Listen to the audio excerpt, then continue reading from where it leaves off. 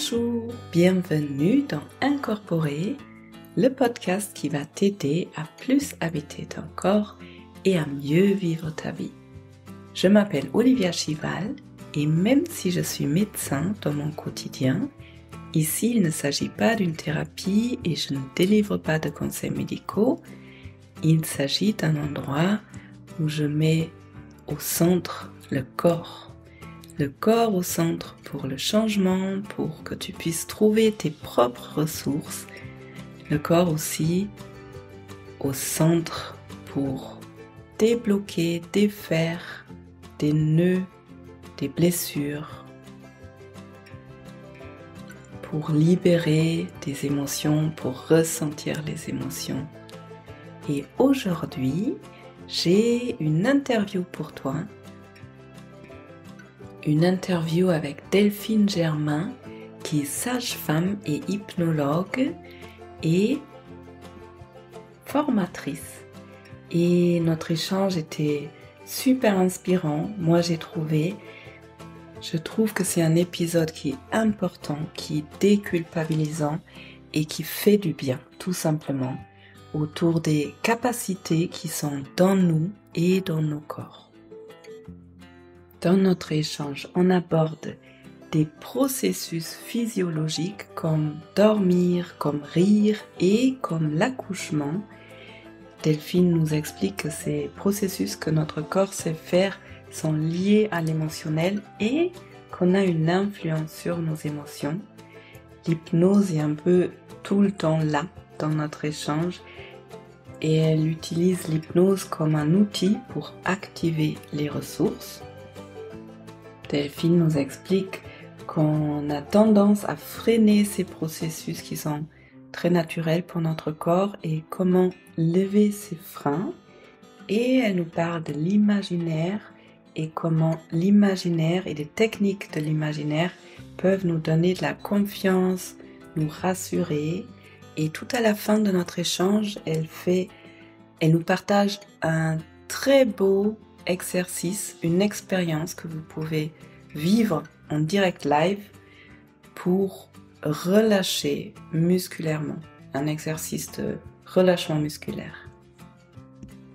Et Delphine qui accompagne donc les familles autour d'une grossesse, autour d'un accouchement, elle dit que la préparation et l'accompagnement dans une grossesse sont vraiment super importants, primordiaux.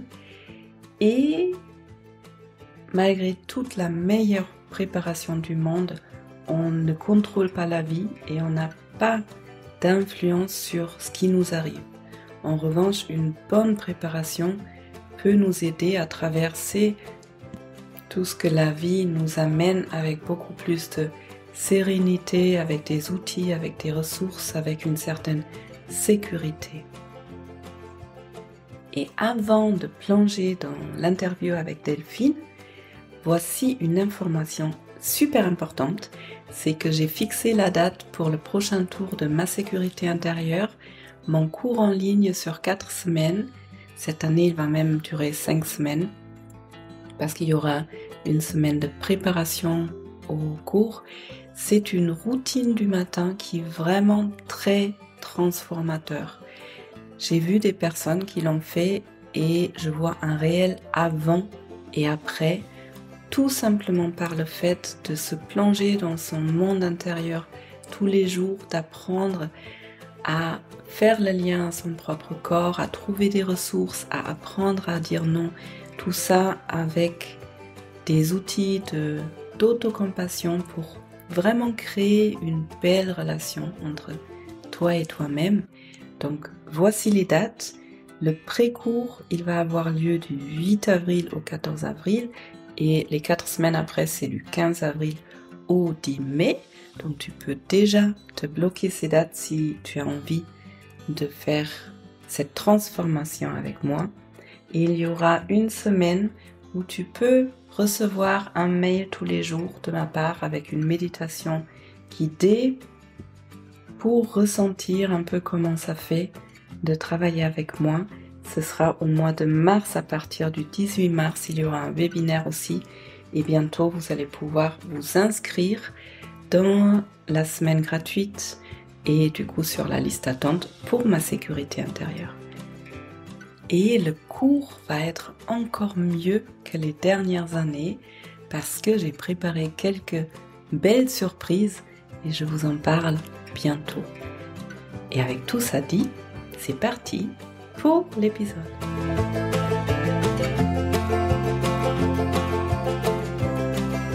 Bienvenue dans ce nouvel épisode de Incorporé où j'ai l'honneur d'avoir avec moi Delphine Germain. Et Delphine est une personne super intéressante parce que elle est entre autres hypnologue, mais elle est, j'ai l'impression, surtout aussi sage-femme. Et elle a une très belle façon d'être, d'accompagner et de former parce qu'elle est aussi formatrice. Et j'ai l'impression, tu me corriges si c'est pas ça, mais j'ai l'impression que ton travail, il se concentre tout autour de la grossesse, de l'accouchement, de la préparation d'une grossesse, mais aussi de après l'accouchement, et tu t'intéresses aux couples aussi, à l'accompagnement des couples et des bébés qui arrivent sur ce monde avec plusieurs outils différents. C'est ça? Oui, oui, merci beaucoup Olivia. Merci de m'accueillir et oui, effectivement, je suis, heu, hypnologue, je suis formatrice en hypnose et mon premier métier, c'est sage-femme et eh bien, à la confluence de tout ça, il y a l'hypnose périnatale et qui n'est pas ma seule activité en hypnose puisque j'accompagne aussi, des gens en dehors de cette thématique-là. Mais cette thématique-là, elle concerne, une bonne partie des accompagnements que je propose et c'est vrai que accompagner la périnatalité, accompagner la naissance, c'est bien sûr, hem, apporter grâce à l'hypnose des outils, pour les futures mères en vue de leur accouchement, pour les futurs parents en vue de cette grande aventure qu'est, la naissance de leur bébé, accompagner les familles avec les fratries et puis aussi, bah, il y a aussi l'avant, le désir d'enfant et tout ce que ça peut, questionner, parfois avec les difficultés que ça peut engendrer dans certains cas et puis l'après-accouchement, puisque, bah, en fait, une naissance, ça s'inscrit dans une temporalité qui est assez longue avec un avant et un après et donc ça, c'est une grande partie de ce que je propose.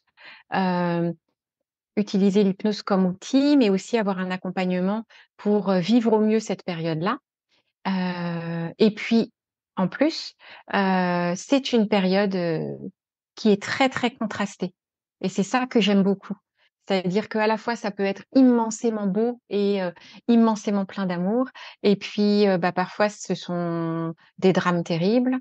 Donc c'est une thématique, la périnatalité, où, il y a énormément besoin d'accompagnement, que ce soit, pour préparer un accouchement, physiologique, par exemple, ou que ce soit pour, traverser des moments de vie très difficiles, en lien avec la naissance, mais aussi la mort, la maladie, le handicap, et cetera.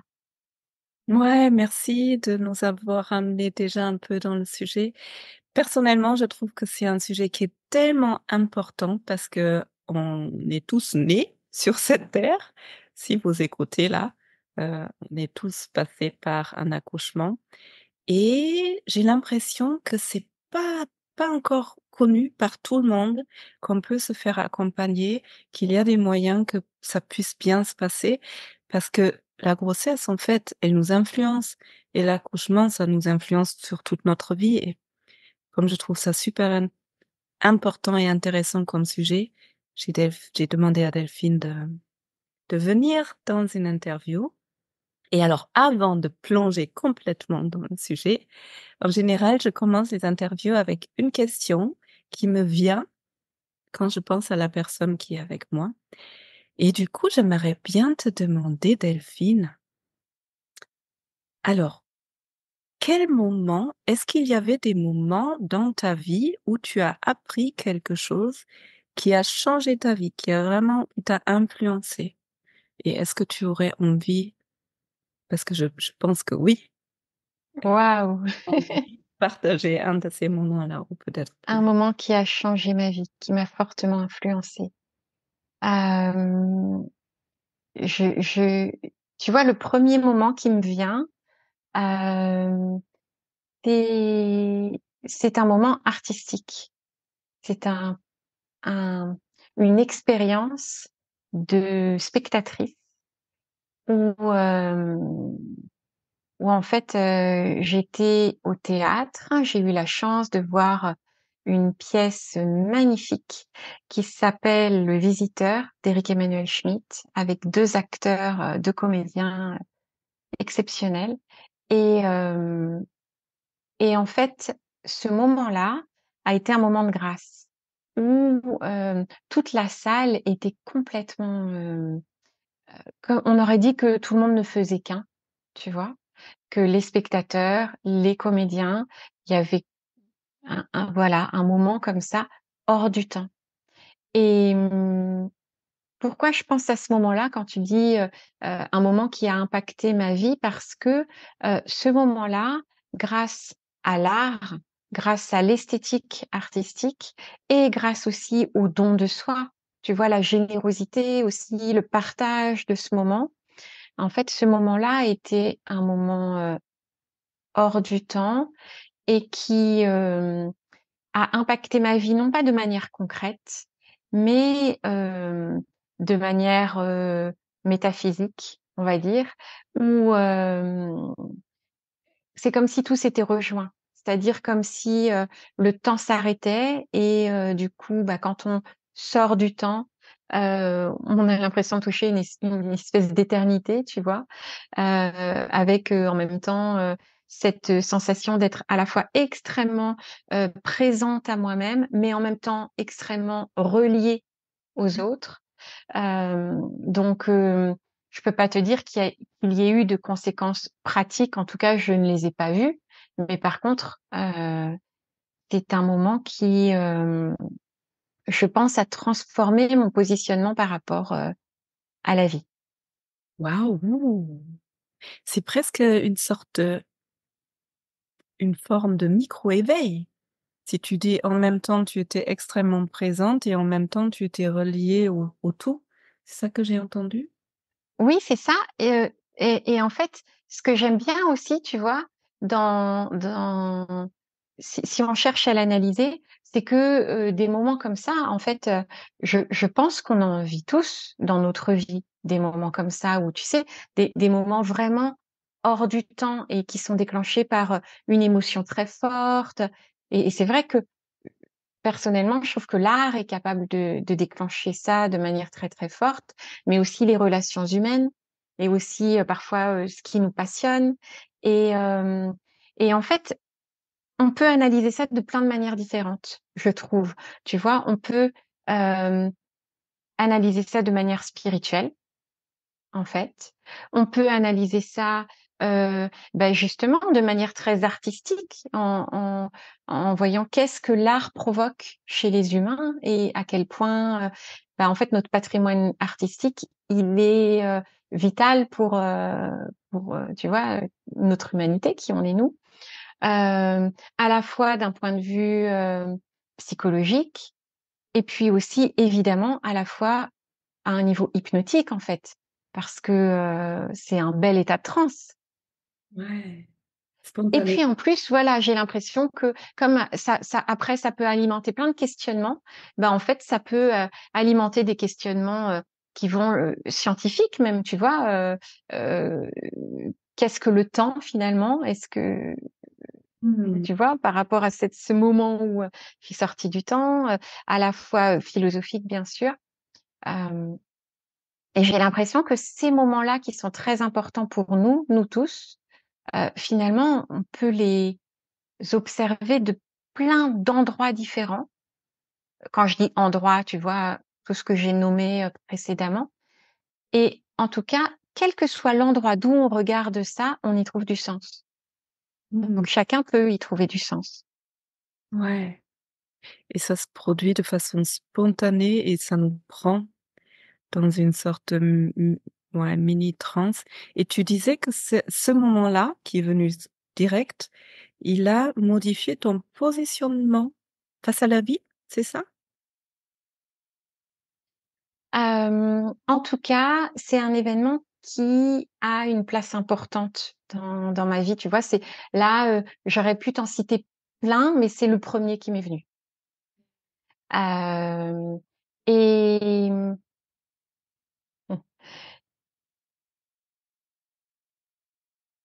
et si tu veux, c'était un moment de rencontre et peut-être que ça a façonné ma manière effectivement de voir la vie où, moi j'aime beaucoup un mot, c'est le «et». Tu vois? Et c'est-à-dire que dans ce moment-là, il y avait, la beauté artistique, il y avait la générosité des comédiens, il y avait, le lieu, il y avait, l'écoute et l'attention des spectateurs.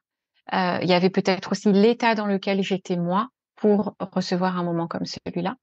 Hem et peut-être que ce moment en fait partie, est-ce que c'est lui qui est à l'origine? Je n'en sais rien, mais en tout cas, pour moi, il représente la rencontre, le «et» en fait.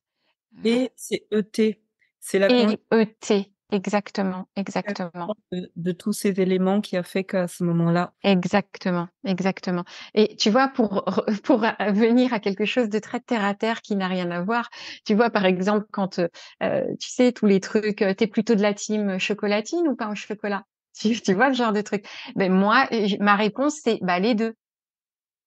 Tu vois ce que je veux dire? Je suis, heu, un moment comme celui-là vient témoigner de ça, je crois, de cette réunion, de cette rencontre.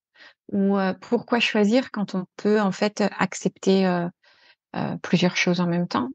chouette, j'adore le moi aussi j'adore le et, ET. Mmh. Et du coup, j'ai l'impression que ça nous amène déjà dans le sujet parce que ce moment que tu décris là, j'imagine que ça peut enfin, un accouchement peut provoquer cet état chez les personnes qui le vivent ou qui assistent. Oui, oui, complètement. On parle souvent de transe de l'accouchement, en fait. Mmh. L'accouchement est un moment qui, va facilement créer des états de conscience modifiés. Ouais. Pour la personne qui accouche et potentiellement pour l'entourage. Pour la personne qui accouche, c'est quelque chose, qui est connu. Bah, qui est connu, pour un certain nombre de femmes l'ayant expérimenté et puis c'est aussi, quelque chose qui est décrit, heu par les spécialistes. Mmh mh. OK. Alors l'accouchement et la grossesse, c'est, des comment dire? Des événements, des moments de vie qui sont très souvent associés à beaucoup de peur, d'angoisse, de contraction. Et toi, si je me rappelle, on a échangé un peu avant cette interview, tu disais quelque chose du genre, bon déjà les ressources sont dans le corps et il y a un truc qui m'a fait rire, tu as dit: «L'accouchement, c'est comme, du rire, c'est un truc inconscient, spontané, le corps sait le faire». C'est ça? Rire ou respirer, tu as dit? Oui, oui, oui, oui, bah, oui, en fait. Si on réfléchit à l'accouchement, finalement, c'est un acte biologique, un acte physiologique que le corps est capable de faire exactement de manière inconsciente, de manière involontaire, exactement comme respirer, exactement comme rire, exactement comme s'endormir ou avoir faim ou digérer. Hem, accoucher, c'est une expertise que notre corps a, comme il a l'expertise de respirer. Heureusement que, on ne pense pas à respirer et qu'on ne commande pas notre respiration pour pouvoir le faire. Mais la grande différence, c'est que, c'est que respirer, on le fait un certain nombre de fois par minute. L'accouchement, c'est un petit peu plus rare dans une vie. Et puis voilà, donc évidemment que c'est pas du tout le même type de fonctionnement physiologique, mais n'empêche que je fais des liens, oui, et je fais des liens aussi avec le rire. Le rire est un outil enfin un outil, est un phénomène que j'utilise en tant qu'outil avec certaines personnes que j'accompagne, euh, parce que on peut faire des analogies effectivement. L'accouchement comme le rire, ça peut se déclencher spontanément, sans qu'on le décide. Ça peut être extrêmement intense. Et en plus, le rire me permet aussi d'évoquer le fait que on peut vivre quelque chose d'extrêmement intense sans que ce soit forcément douloureux. Alors attention, j'ai bien dit forcément parce que là, évidemment que ça peut aussi être vécu comme douloureux, bien évidemment, hein, je remets absolument pas ça en doute. Euh, En fait, ce qui est important, c'est de croire les femmes qui disent ce qu'elles vivent ou ce qu'elles ont vécu, celles qui ont eu mal, voire très mal. Bah, évidemment qu'il faut les croire, de la même manière que celles qui trouvent que ça a été très intense, mais pas particulièrement douloureux, bah, c'est important de les croire aussi, en Mhm. fait. Et le rire permet aussi de comprendre, comme parfois on a des fous rires et que ça peut vraiment être extrêmement intense. Et, et d'ailleurs, si on parle de douleur, des fois, les fous rires nous font mal tellement on rit, ça arrive aussi. Euh, et oui, j'aime bien faire l'analogie entre, entre l'accouchement et d'autres phénomènes physiologiques qui sont inconscients. Ça permet de bien comprendre que le corps sait faire. Mhm. Et ce qui est intéressant, c'est que tu faisais l'analogie avec le sommeil. Oui, en effet, notre corps, il sait dormir. Et s'il y a beaucoup d'anxiété autour de l'endormissement, autour du sommeil, en même temps, alors là, je vais un peu loin, je ne sais pas si ça te parle, mais le sommeil, c'est aussi une façon d'être face à notre propre mort. Donc, en quelque sorte, c'est normal d'avoir, enfin, ça peut être compréhensible que ça peut provoquer des peurs chez certains. En tout cas, le corps, il sait dormir et s'il y a beaucoup de peur autour, bah, on empêche de mettre en place ce qu'il sait faire. Et j'imagine que pour l'accouchement, s'il y a beaucoup de peur autour de ce moment, et je crois que il y a un lien aussi avec la vie, mais aussi avec la mort, avec l'accouchement. Oui, oui. Euh, Comme le sommeil, en fait, on sait tous s'endormir. Même les insomniaques savent s'endormir, en fait. On sait tous s'endormir, mais on ne sait pas toujours s'endormir sur commande. Ça, c'est autre chose. Mais en fait, le corps, il sait s'endormir. La preuve, c'est qu'on dort à certains moments. Même si on est insomniaque, il y a des moments où on dort.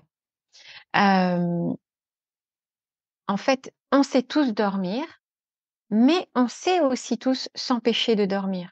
Alors bien sûr, tout ça, c'est des choses, la plupart du temps, involontaires. On ne fait pas exprès de s'empêcher de dormir. Mais pourtant, il y a des fois où on voudrait dormir et pourtant, on ne dort pas. Et ça peut être, comme tu le disais, l'anxiété, ça peut être des peurs. Il peut y avoir effectivement, bah oui, tu parlais de la mort. Oui, quand on donne la vie, euh, il y a des personnes que j'accompagne en fait qui verbalisent ça en fin de grossesse, qu'il y a la peur de la mort. Et il y a ça d'une part, et puis d'autre part, il y a aussi donc en fait, on est très fort pour freiner nos processus physiologiques. Par exemple, je voudrais dormir, mais j'arrête pas de cogiter un truc, ou je ne sais pas, je maintiens mon corps dans un état de tension ou d'énergie qui m'empêche de m'endormir. Euh, Ou alors, je ne sais pas, on peut aussi se couper l'appétit parce qu'on a un rendez-vous important qui nous attend ou quelque chose comme ça. Donc, pour l'accouchement, c'est pareil. Et on peut freiner un processus physiologique sans, évidemment, de manière complètement inconsciente, sans le vouloir, par nos peurs, ou par une tension musculaire. D'où l'importance d'être accompagné pendant la grossesse pour, justement, bah, faire face aux peurs qui sont là, pour pouvoir les accepter, les rencontrer, les traverser, les dépasser Mhm. et Euh, arrêter de freiner. Enfin, et arrêter de freiner. Et en tout cas, faire ce qu'on peut pour éviter de freiner un processus physiologique. pour que le corps puisse tout simplement faire ce qu'il sait faire, en fait.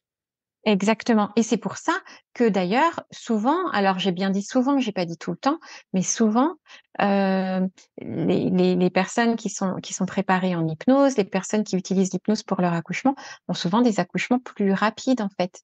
Et moi, mon hypothèse, c'est que on lâche les freins. C'est comme si on est à vélo et puis que on laisse la pente se faire sans avoir besoin de freiner. Ouais, c'est difficile pour certains. Je me mets, Et oui, mais oui. ça fait peur, la pente, comme ça. Et oui, alors, tout Dans dépend effectivement, tout dépend de la pente. Oui. Alors, tu dis, l'accouchement est tout autour. C'est une période où c'est important de se faire accompagner. À quel moment, idéalement, on commence à se faire accompagner et jusqu'à quand on peut se faire accompagner? Alors moi, je vais te parler de mon cadre à moi, parce que après, il y a d'autres personnes qui font sûrement autrement et c'est très bien aussi. Moi, les personnes que j'accompagne, dans le cadre d'un accouchement, je commence les accompagnements dès le premier trimestre de grossesse, voire même parfois avant la conception, Ouais, j'ai lu donc ça. très tôt. Hmm. Et C'est-à-dire ensuite, la conception. Tu peux expliquer un peu plus? Genre, il y a une personne qui a envie d'avoir un enfant, elle peut déjà commencer un accompagnement, ou une personne oui. qui a ce projet, mais qui a extrêmement peur de tomber enceinte par peur de la grossesse, etc. Ou... En fait, les personnes qui vont prendre contact avec moi euh, avant la conception, souvent c'est effectivement soit il y a des peurs ou en tout cas il y a des histoires personnelles ou des histoires familiales qui font que la personne a besoin de, de se débarrasser de certaines choses qui s'accrochent à elle, tu vois.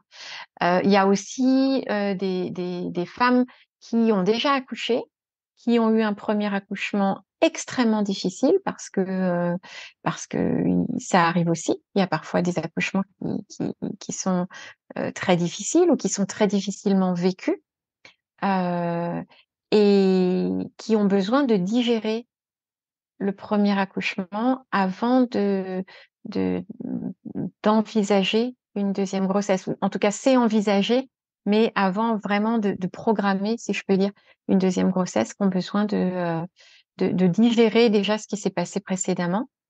C'est intéressant Euh, aussi. Le ouais, premier était une sorte de traumatisme et c'est important de débloquer ce ce qui le corps garde à l'intérieur comme souvenir pour ouais. vivre une nouvelle expérience. Vraiment. Oui, et ça, c'est aussi quelque chose qu'on va faire aussi beaucoup en début de grossesse. Tu vois, par exemple, je pense à une personne que j'ai accompagnée et qui a eu un premier accouchement difficile, une césarienne en urgence, qui, voilà, qui a fait que ça a été vraiment un moment très difficile pour elle. Et elle avait travailler ça, tu vois, après sa césarienne, elle avait été suivie par un psychologue. Et puis là, pour sa deuxième grossesse, elle est venue me voir pour un accompagnement de cette deuxième grossesse, pour favoriser un accouchement physiologique, pour être suivie, accompagnée. Et en fait, première séance, elle est en tout début de grossesse. Et là, elle commence à me parler de son accouchement et de son premier. Et en fait, en m'en parlant, là, il y a énormément de larmes, énormément d'émotions. Et elle prend conscience qu'en fait, elle a encore des choses à digérer par rapport à ce premier accouchement. C'est un peu un choc pour elle d'ailleurs parce qu'elle croyait qu'elle avait tout réglé et puis bah elle se rend compte que étant enceinte à nouveau, il y a tout ça qui revient et que tout n'a pas été en fait complètement digéré. Donc on a travaillé ça et c'était drôlement bien qu'elle soit venue me voir dès le début de la grossesse parce que bah, justement tu vois, ça nous laisse le temps de travailler sur, ce type de thématique avant de pouvoir,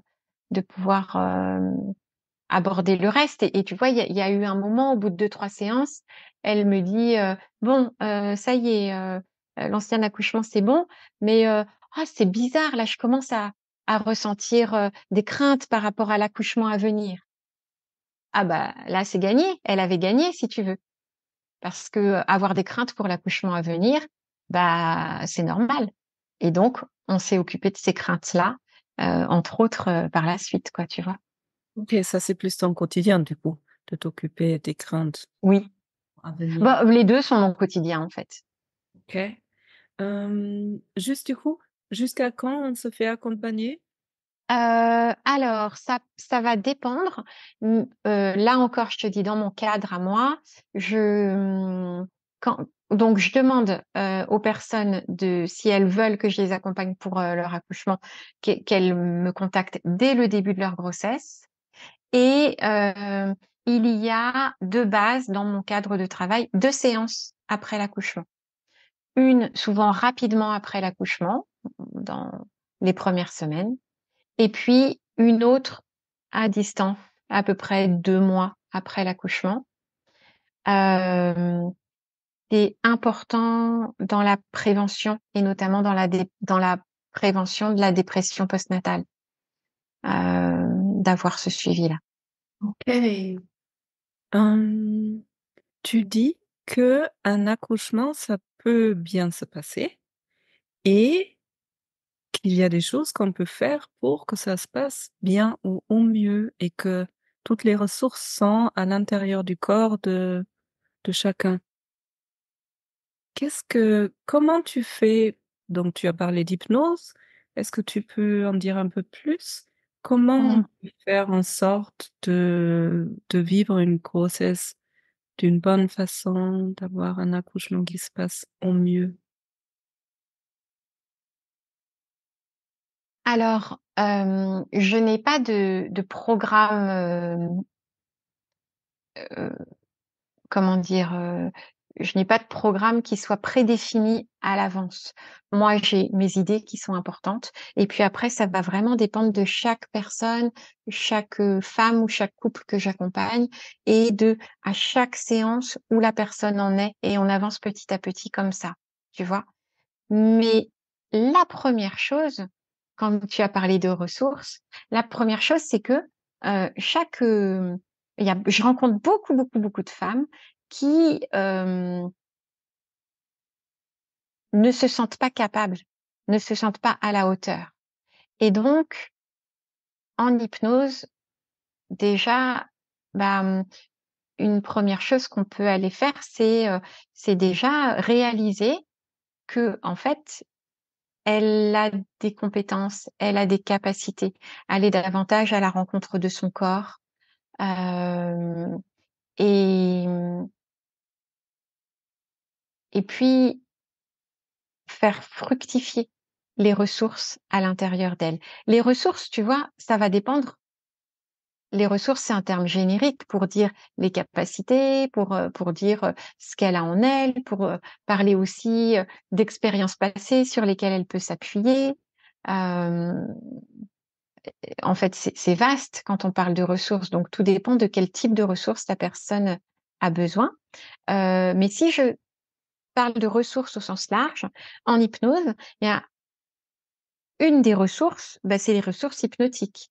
C'est-à-dire, en fait, grâce aux séances, elle va apprendre des outils hypnotiques qui vont lui permettre de se faire du bien, de se rassurer quand elle est inquiète, euh, de euh, euh, de s'apporter du relâchement musculaire quand elle a besoin d'avoir du relâchement musculaire. C'est Euh, l'apprentissage aussi d'outils qu'elle peut utiliser elle-même. Exactement, c'est à la fois avoir conscience de ses propres ressources pour pouvoir se faire confiance, à la fois un apprentissage de ressources qui sont comme des nouveaux outils pour qu'elle puisse vivre au mieux son accouchement. Et puis après, ça peut être aussi utiliser les ressources au sens très large, c'est-à-dire son entourage, les professionnels de santé, etc. Tu vois comment interagir, comment mieux communiquer, comment exprimer ses besoins. Ça peut être intéressant aussi, ça, de travailler sur, tiens, quels sont ses besoins et comment elle peut les exprimer. Là, il y a plein. C'est vraiment, on peut partir dans plein de directions différentes. C'est très, très riche. Très large. Quand tu dis outils hypnotiques qu'elle peut apprendre, pour les personnes qui savent absolument pas ce que c'est l'hypnose, c'est quoi un outil hypnotique que je peux utiliser moi-même? Alors, par exemple, imaginons si on reste sur les ressources, Olivia, tu vois. Non, avant de parler des ressources, c'est quoi les outils hypnotiques? Déjà, ça peut être un apprentissage de l'auto-hypnose pour que la personne apprenne à rentrer en état d'hypnose.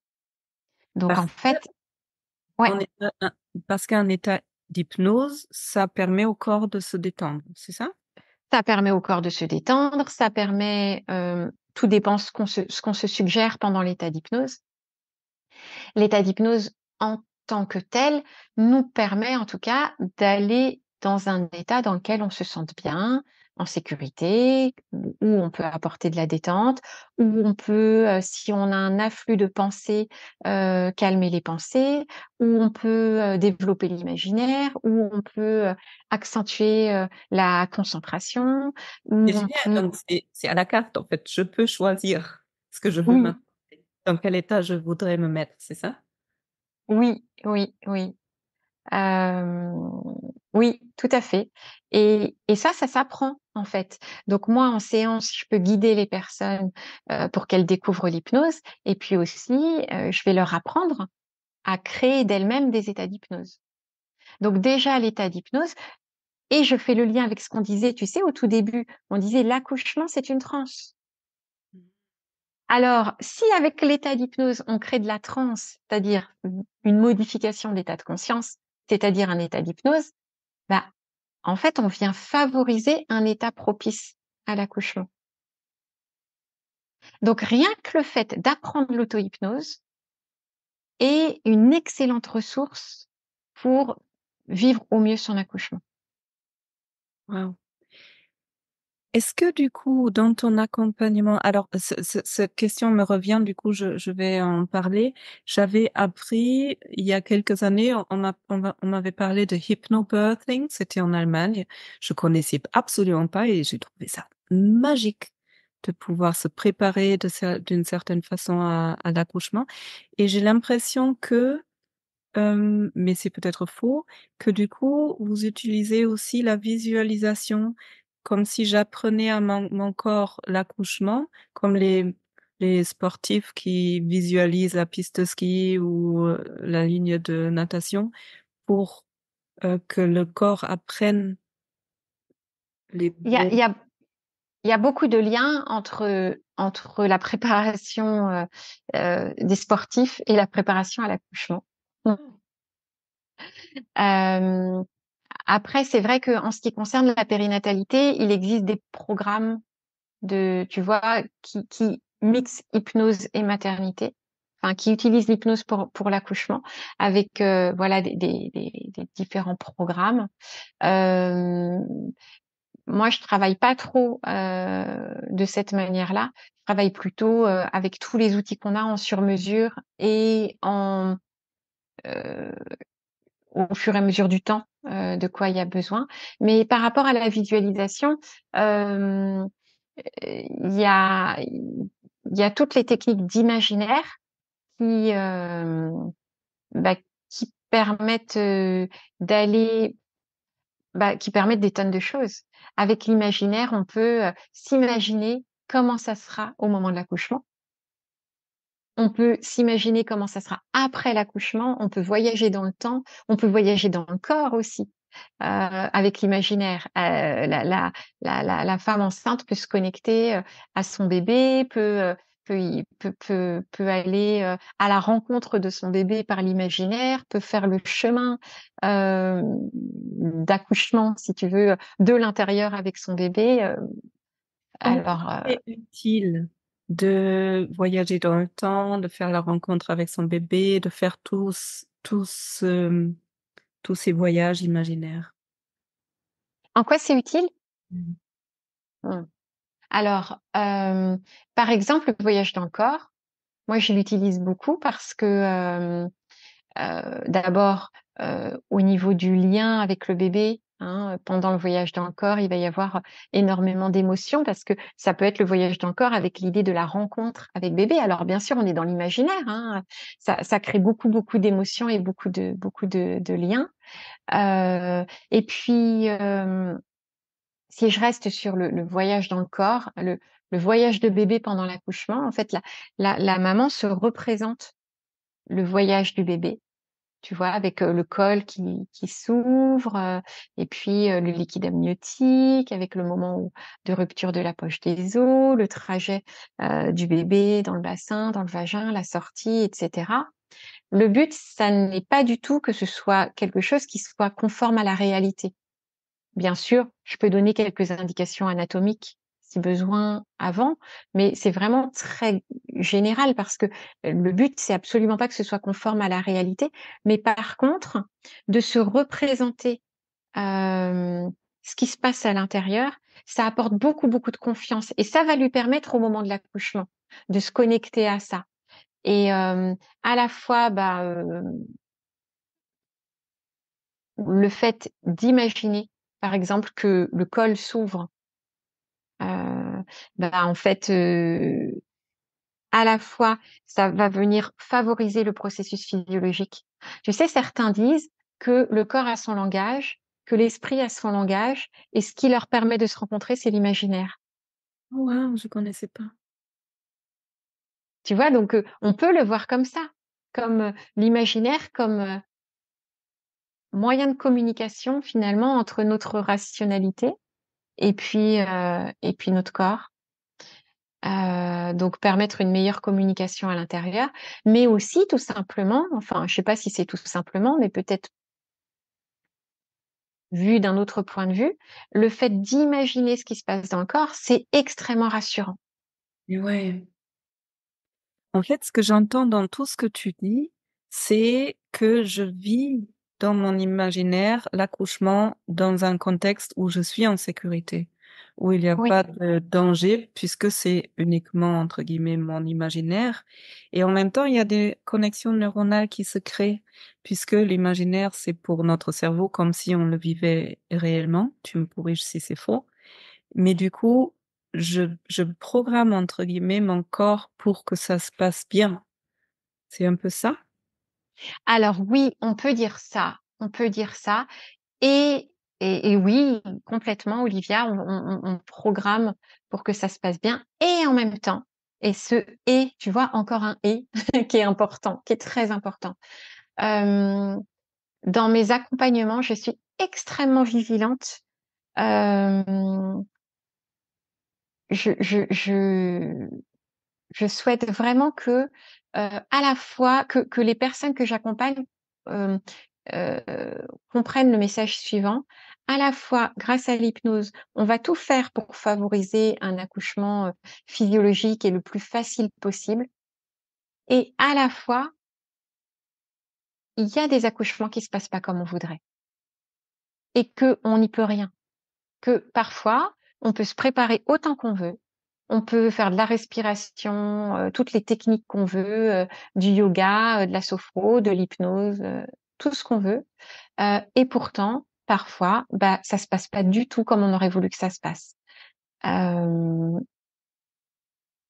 et donc c'est très important pour moi de ne pas idéaliser l'accouchement et de trouver en fait, hem, cette manière de voir l'accouchement comme: oui, on va faire tout ce qu'on peut pour que, bah, cet accouchement soit le plus facile possible, mais en même temps, on n'oublie pas qu'il est possible que ça se passe autrement et nous, on fait équipe à ce moment-là et moi, ce que je propose, c'est que notre objectif ensemble, eh bien, c'est que la personne que j'accompagne puisse vivre son accouchement de la meilleure manière possible, quelles que soient les conditions de l'accouchement. Donc c'est à la fois, tu vois, la respiration, travailler sur les ressources, travailler sur les peurs, travailler sur les besoins, le relâchement musculaire, enfin, tout ce sur quoi on peut travailler en hypnose et en accompagnement et en hypnose périnatale pour favoriser un accouchement physiologique, oui,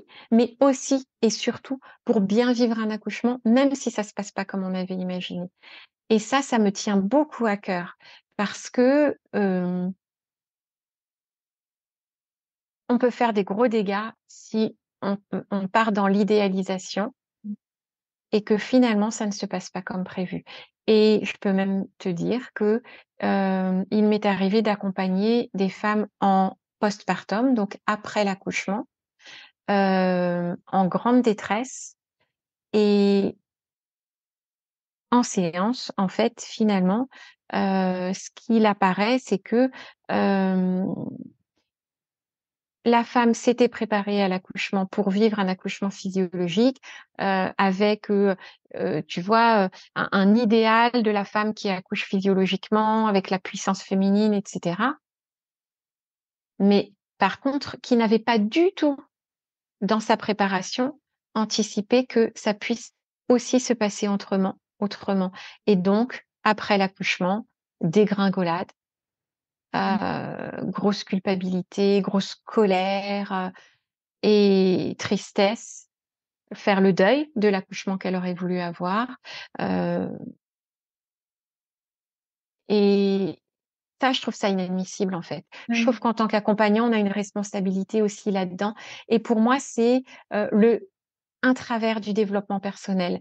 Vouloir gonfler à tout prix ce qu'on est capable de faire, si on n'est pas capable enfin, c'est très bien, enfin, j'ai rien contre le développement personnel, vraiment pas. Mais c'est un travers si on oublie de voir que, ouais, mais parfois, on a beau vouloir, ça ne se passe pas comme on voudrait. Et alors, qu'est-ce qu'on fait dans ces cas-là? On sent que c'est vraiment important pour toi. Oui, c'est Et important pour et moi. je te Oui. remercie d'avoir c'est super qu'on a pu aborder ça aussi parce que je trouve que c'est extrêmement important aussi et je trouve ça très beau parce que la façon dont tu probablement expliques aux femmes qui vont accoucher, c'est justement très déculpabilisant.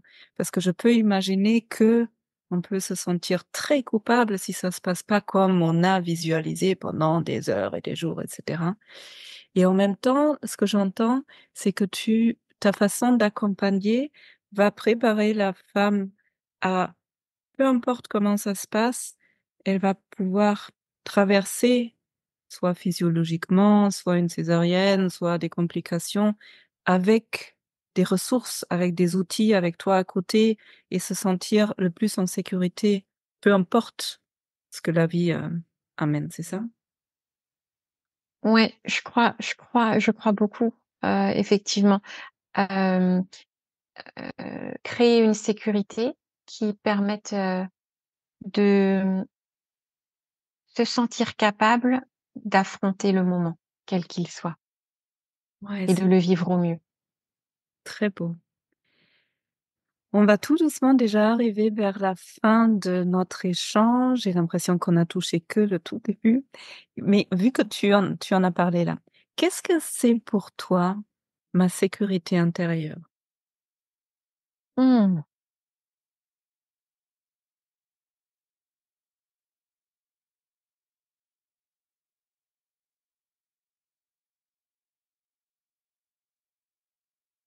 La sécurité intérieure, c'est peut-être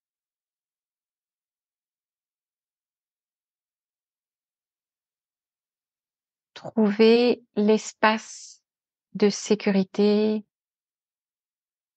même à l'intérieur du chaos. Waouh! Ils sont C'est l'idée, tu vois, c'est l'œil du cyclone. C'est l'idée que même dans la tempête, il y a un espace de sécurité. ouais. C'est beau comme tu le dis, ta voix, elle devient toute douce et j'ai l'impression une force très calme, très douce autour. Merci beaucoup. Oh, c'était riche, c'était intéressant. Est-ce qu'il y a quelque chose que toi, tu voudrais rajouter encore pour que ça fasse rond, toi? Ah, écoute, Olivia, merci. Tu nous as emmenés dans plein d'endroits différents et en même temps, je te rejoins. J'ai l'impression qu'on a amorcé quelque chose, mais qu'il y aurait encore beaucoup. Euh, Peut-être, c'est vrai que à un moment, tu sais, tu as parlé du relâchement et puis j'ai parlé du relâchement. Je dis oui, le relâchement et puis plein d'autres choses.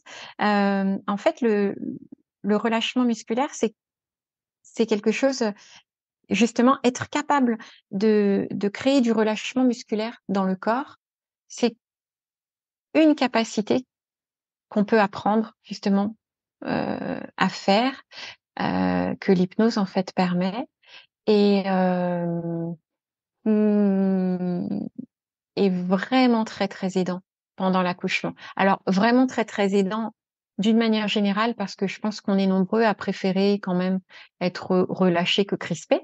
Heu, enfin bon, quoique le tonus c'est intéressant aussi, hein, mais pouvoir créer du relâchement quand on en a besoin, c'est chouette et pendant l'accouchement, alors j'ai pas le temps de développer, là maintenant je pense, hein, ça serait assez long de développer, pourquoi je pense que le relâchement est très important pendant l'accouchement.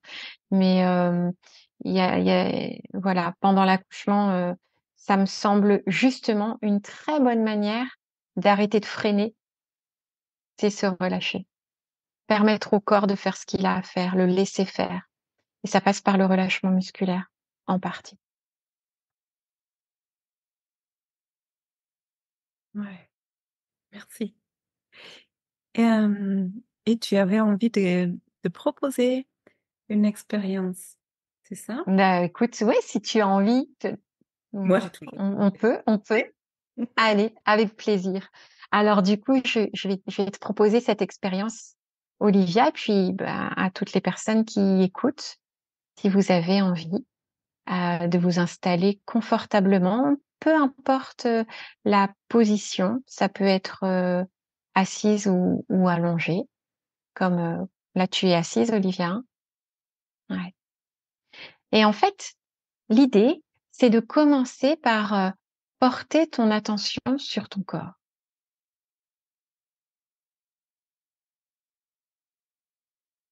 Alors c'est vrai que les yeux fermés, c'est souvent plus facile, mais si vous préférez garder les yeux ouverts, vous pouvez aussi, je vous encourage à plutôt fixer un point si vous gardez les yeux ouverts. Et si les yeux sont fermés, c'est très bien aussi. Et voilà ce qui va se passer. Là, vous êtes installé dans la position dans laquelle vous êtes. Votre corps est en contact avec un support. Vous allez porter votre attention sur les points de contact qui sont justement les points de votre corps qui sont en contact avec le support. Et remarquez que quand vous portez toute votre attention sur les points de votre corps qui sont en contact avec le support, alors ça donne des sensations étranges. Ça peut donner l'impression que, si on est attentif à nos pieds par exemple, que les pieds s'enfoncent légèrement dans le sol ou dans le support sur lequel ils sont. Un peu comme, quand on est, sur la plage et qu'on est dans le sable, qu'on peut sentir que le sable épouse la forme comme ça et que le corps pourrait presque s'enfoncer légèrement. C'est cette sensation qu'on ressent la plupart du temps et ça C'est lié au relâchement musculaire qui se fait automatiquement. Il y a d'autres personnes, quand elles sont connectées aux parties du corps qui se posent, qui reposent, c'est comme si ça s'étalait un peu. Et ça aussi, ça peut être très agréable de sentir que c'est comme si le corps s'étalait un peu sur le support. Et comme il s'étale un peu plus, alors ça se relâche encore davantage. Finalement, on se demande souvent comment faire pour détendre nos muscles. Alors, il y a plein de manières de faire. Une manière de faire, c'est simplement de donner l'intention à nos muscles, à notre corps, de se relâcher. Envoyer l'information de se relâcher. On pourrait aussi, pour relâcher le corps, relâcher les muscles, imaginer que le tonus a une couleur et qu'au fur et à mesure que ça se relâche, la couleur se transforme. C'est un petit peu comme baisser la lumière progressivement pour que ça se relâche de plus en plus. Et puis, il y a une autre manière de relâcher le corps. Cette manière, c'est la respiration. Sentir l'air qui entre, l'air qui sort. Et à chaque expire, le relâchement qui se passe au niveau thoracique, au niveau du diaphragme, au niveau du ventre, se transmet également au reste du corps. Chaque respiration amène un peu plus de relâchement, un peu plus de détente. Et puis, il y a une autre manière de relâcher le corps, c'est de sentir les parties du corps en contact avec le support et les laisser se poser, les laisser être portés par le support. Et automatiquement, ça se relâche. Et ce qui est bien, c'est qu'on peut faire ça partout, quelle que soit notre position. Même quand on est debout, il suffit de maintenir le tonus musculaire dans le corps pour rester debout, mais sentir les pieds sur le sol. Sentir le contact et laisser simplement le corps être porté par le sol. On peut même ressentir la pesanteur, cette force qui nous attire vers le centre de la terre. Et le corps se relâche. Et je vous invite à percevoir votre respiration. Comment ça respire là maintenant? Puis je vous invite à faire un inventaire un peu du corps et à percevoir, tiens, à quels endroits ça s'est le plus relâché? Et là où c'est le plus relâché, si vous deviez quantifier ce relâchement sur une échelle de 1 à 10, 10 étant relâché au max, alors vous en êtes où? Et puis on pourrait jouer comme ça. Ah, et si je voulais encore augmenter le relâchement, ne serait-ce que d'un demi-point?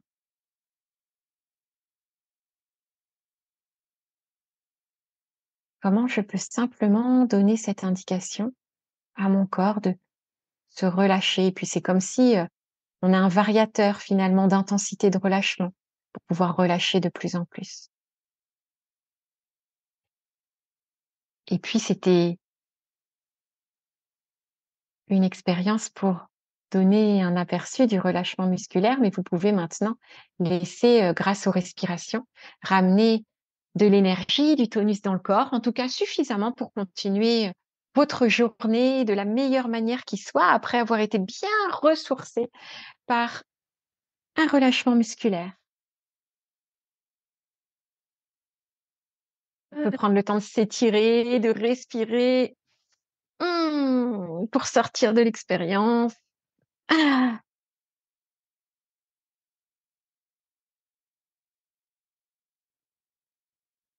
Merci Delphine. Ah là là. Avec plaisir. Maintenant, je suis en transe. Il paraît que c'est pas top si moi je suis en transe quand je me... Ah, je n'ai fait aucune suggestion d'hypnose. Non, mais on sent bien la finesse de nos bien expérimentés. Waouh! En très peu de temps, j'ai senti des relâchements qui étaient, bien sur 9 sur ton échelle. Merci beaucoup Delphine. Alors je reviens, parce qu'il y a une dernière question que je pose à toutes les personnes qui viennent en interview. Delphine, si toi l'adulte que tu es maintenant, si tu regardes toute ta vie jusqu'à présent, depuis ta naissance, voire avant, si tu as envie, et tu regardes tous les moments très joyeux, très excitants et des moments peut-être très difficiles, tout ce que tu as traversé, les bons moments, les moments les plus difficiles.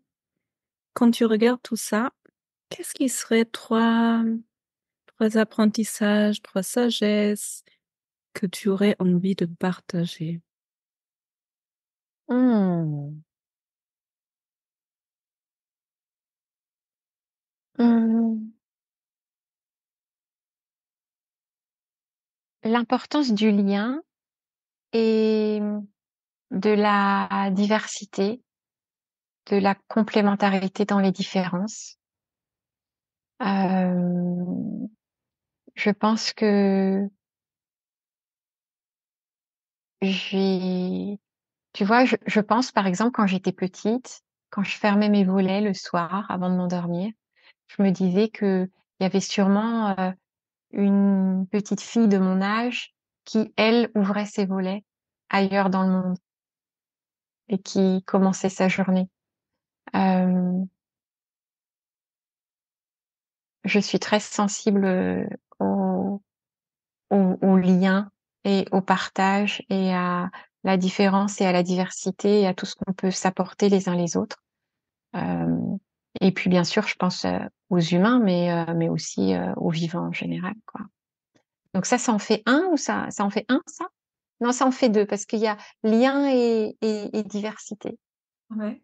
Ça peut même faire 3 parce que, tu vois, ça va sur, bien sûr, le vivre ensemble et du coup, la curiosité de l'autre et le qui ce qui va avec, le respect de l'autre et tout ce qu'on peut s'apporter les uns les autres.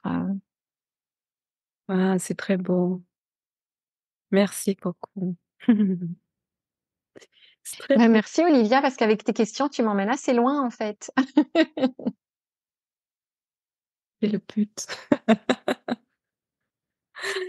Alors Delphine, s'il y a des personnes qui se disent: «Oh là là, elle a l'air super, moi j'ai envie d'être accompagnée par Delphine pour une grossesse», où est-ce qu'on te trouve?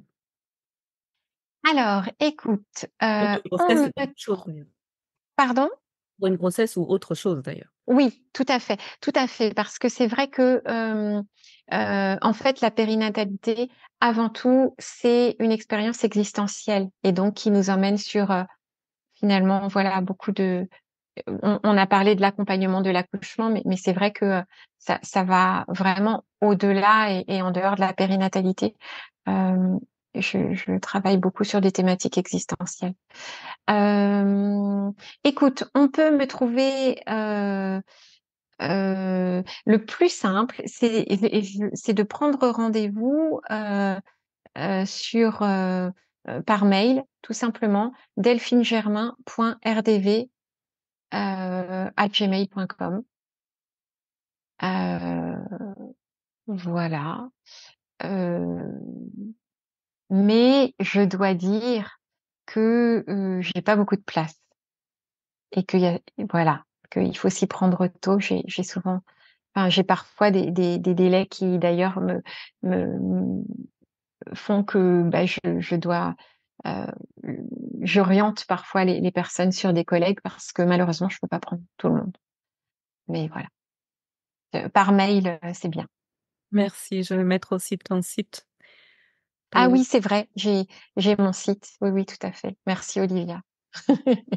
merci beaucoup pour cet échange vraiment riche et important, je trouve.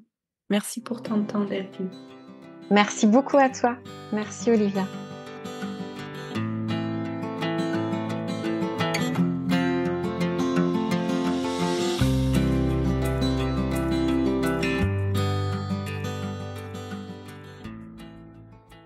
Bienvenue après cette interview avec ce bel échange riche et inspirant avec Delphine. J'espère que cette interview t'a inspiré, qu'il t'a peut-être déculpabilisé et qu'il t'a donné envie et des idées à explorer ton imaginaire, à explorer les ressources de ton propre corps, à lever les freins qu'on met inconsciemment au processus physiologique de notre corps. Si tu connais des personnes qui se projettent dans une grossesse ou qui sont enceintes et qui se projettent dans un accouchement, qui auraient besoin d'entendre cet épisode, notre échange, tu peux le partager. Et si tu apprécies mon travail, je serais vraiment très reconnaissante. Ce podcast, il a besoin de vos commentaires sur la plateforme sur laquelle vous l'écoutez, des avis, pour qu'il puisse toucher, aider plus de personnes à trouver leurs propres ressources dans leur corps. Et par ailleurs, je vous remercie encore une fois beaucoup pour tous les retours que je reçois, qui me font chaud au cœur et qui me font continuer avec ce travail qui est vraiment un projet de mon cœur pour vous. Si vous avez envie d'aller un peu plus loin dans ma façon de travailler, vous pouvez vous inscrire dans ma newsletter qui s'appelle La Lettre d'Olivia, qui sort une fois par mois, tous les premiers du mois. Et cette année, je vous partage des personnes qui m'ont inspiré, qui m'ont surtout influencé personnellement et du coup qui ont influencé grandement mon travail. Le lien, il est en dessous de cet épisode. Et maintenant, j'espère que tu vas bien. Je te souhaite en tout cas plein de douceur pour toi-même. Et je te dis à bientôt. Belle journée, belle soirée, belle semaine à toi.